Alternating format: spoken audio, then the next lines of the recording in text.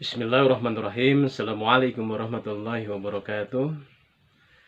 Teman-teman yang ada di grup Bismillah, Alhamdulillah pagi ini saya bisa kembali hadir di channel Hal Biasa yang khusus diantaranya untuk grup Bismillah ini.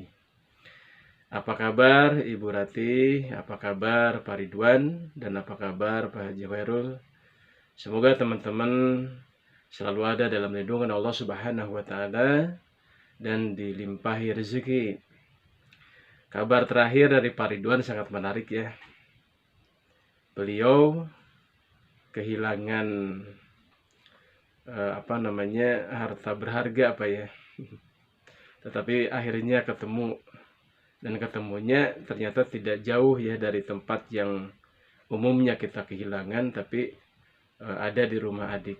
Ini sebuah hikmah kehidupan yang tentu Allah ingin tanamkan ya dalam jiwa dan pikiran Pak Ridwan. Selamat ya Pak Ridwan, mudah-mudahan Allah memberkahi usia Pak Ridwan dan juga usia-usia kami. Amin ya Allah ya Rabbal Alamin. Teman-teman grup Bismillah,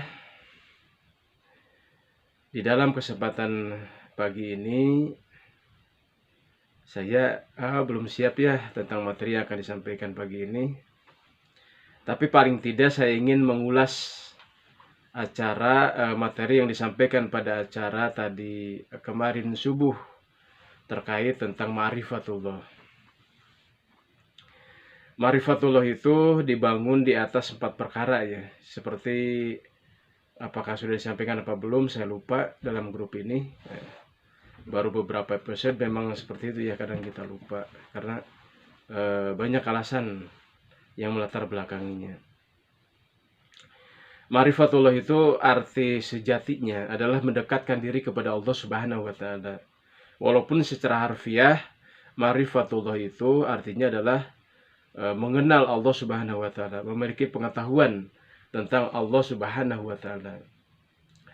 Nah, ma'rifatullah dalam makna yang hakikinya atau makna yang sebenarnya adalah mendekatkan diri kepada Allah, itu dibangun di atas 4 perkara yang utama, dan ada 4 perkara yang merupakan fokus daripada 4 perkara tadi. Nah, kita bahas dulu terkait 4 perkara yang merupakan pembangun daripada atau komponen daripada bangunan ma'rifatullah. Yang pertama, ma'rifatullah atau mengenal Allah Subhanahu wa Ta'ala atau dekat dengan Allah Subhanahu wa Ta'ala itu pertama dibangun oleh yang namanya ilmu. Ilmu ini bahkan merupakan esensi daripada setiap peradaban atau setiap pola kehidupan yang dijalani oleh manusia yang sampai kepada puncak atau keluhuran daripada keberadaannya. Baik itu peradaban Cina, peradaban Romawi, peradaban Islam, peradaban sekarang ya, peradaban Eropa yang kembali ke puncaknya, itu semuanya dibangun di atas dasar ilmu. Artinya apa? Dibangun di atas dasar penguasaan terhadap ilmu. Nah, kita lihat demikian pula ketika orang-orang mencapai kekayaan dalam bisnisnya atau kejayaan politik ya yang dicapai oleh seorang raja atau seorang presiden atau seorang yang memiliki kekuasaan ya atau politik dan berbagai bidang yang lainnya yang begitu luas dalam kehidupan manusia, semuanya itu didirikan di atas landasan ilmu. Ilmu tidak harus berupa pengetahuan. Ada juga ilmu yang ilmu itu tidak harus selalu berangkat dari hasil pemikiran. Ada juga ilmu yang berasal dari pengalaman atau ilmu yang berasal dari intuisi yang Allah langsung tanamkan ke dalam jiwa manusia. Nah, ilmu itu yang bisa membangun peradaban, bisa mengantarkan seseorang kepada kesuksesan dalam berbagai bidang atau banyak bidang, atau bidang-bidang tertentu yang memang secara individual hanya dikuasai satu bidang tersebut, dan semuanya itu adalah berasal dari ilmu, maka ilmu yang sama juga merupakan pondasi daripada agama, pondasi dari ma'rifat kepada Allah, pondasi daripada takwa kepada Allah, pondasi daripada ibadah-ibadah yang kita lakukan. Juga pondasi daripada akhlak. Akhlak memang hal yang berbeda dari ilmu. Seni juga merupakan hal yang berbeda dari ilmu. Tetapi akhlak, seni, kemudian bagaimana kita berkomunikasi, bahkan berpikir itu sendiri, tentu semua berangkat daripada ilmu, dan ketika ditambah ilmu ke atasnya, akan semakin berkualitaslah agama kita, akhlak kita, gaya hidup kita, gaya komunikasi kita, dan lain sebagainya. Ma'rifat kepada Allah Subhanahu wa ta'ala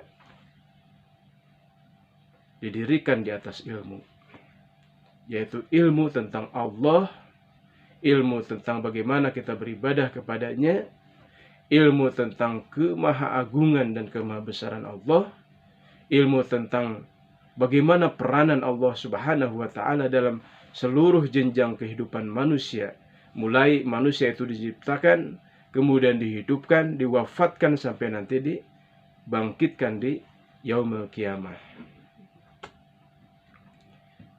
Jadi pondasi pertama untuk bermarifat kepada Allah Subhanahu wa ta'ala adalah ilmu. Yang keduanya yang merupakan unsur pembangun daripada peradaban Islam, pembangun pertama dari bangunan yang namanya ma'rifatullah, itu adalah iman.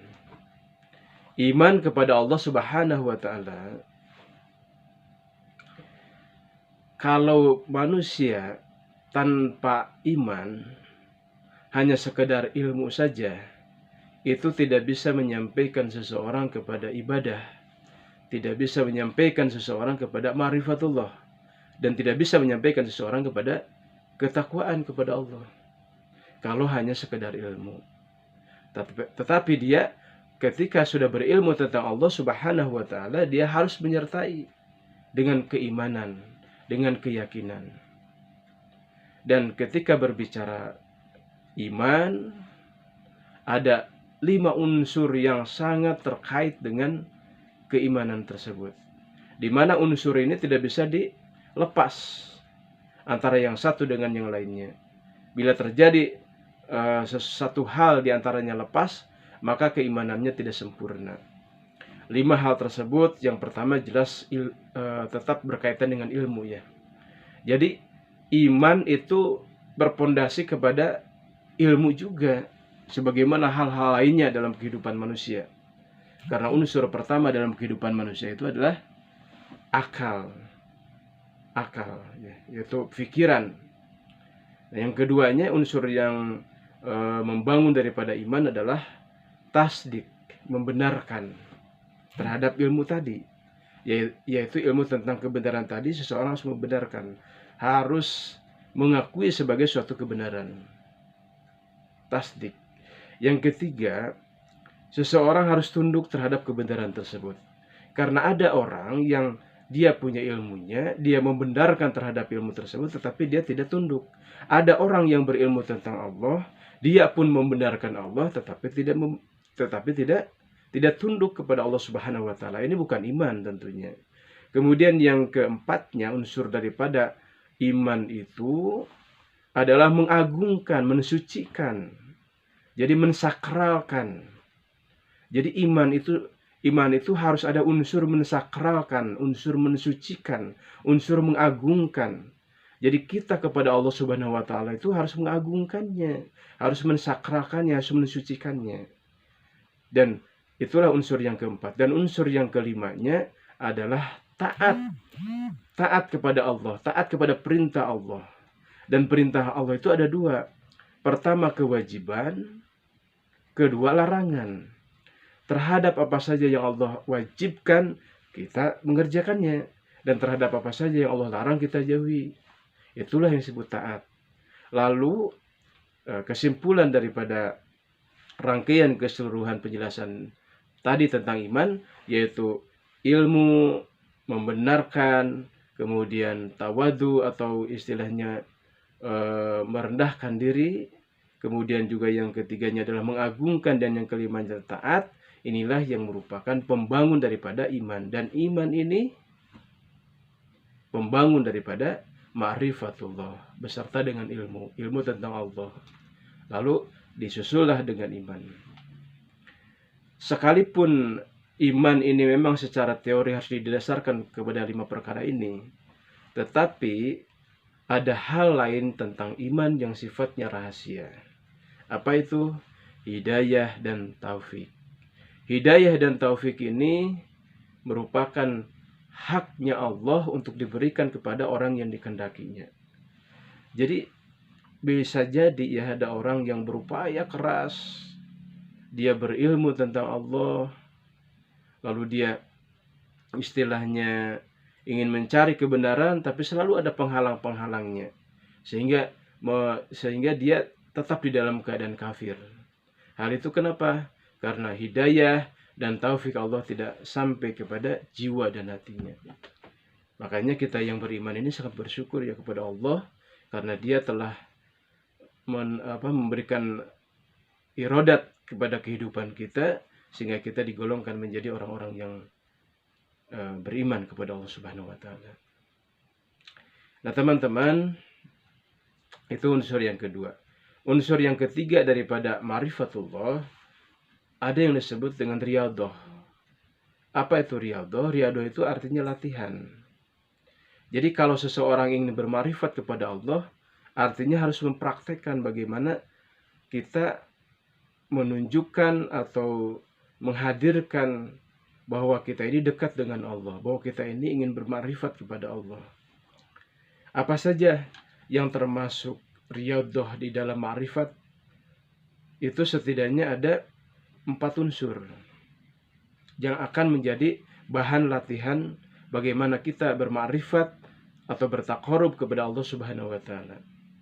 Yang pertama adalah tentang ibadah. Kita mesti melakukan kita harus melakukan ibadah-ibadah yang diwajibkan oleh Allah Subhanahu wa Ta'ala ataupun yang disunahkan. Termasuk dalam ibadah itu adalah menjauhi semua yang Allah larang, seperti perbuatan musyrik, kufur, munafik, zalim, mencuri, membunuh, berzina, dan lain sebagainya. Itu harus dijauhi, dan itu adalah ibadah juga. Ibadah itu bukan hanya sekedar bahwa apa yang Allah perintahkan kita kerjakan. Perkara-perkara yang Allah larang dan kita menjauhinya itu pun ibadah. Dan setiap ibadah itu bila ingin dikatakan sebagai ibadah, setidaknya harus ditunjang oleh ilmu tentang ibadah tersebut dan juga oleh niat, ya. Oleh niat untuk mendekatkan diri kepada Allah, niat karena Allah, niat ikhlas untuk menegakkan agama. Baru itu disebut dengan ibadah. Jadi yang pertama, yang termasuk riyadhah ini adalah melakukan semua amal ibadah. Yang keduanya yang termasuk riyadhah itu adalah seni kehidupan, yang di dalam seni kehidupan kita itu dimasukkan ke dalamnya syariah. Ini juga sebetulnya ibadah ya. Hanya kita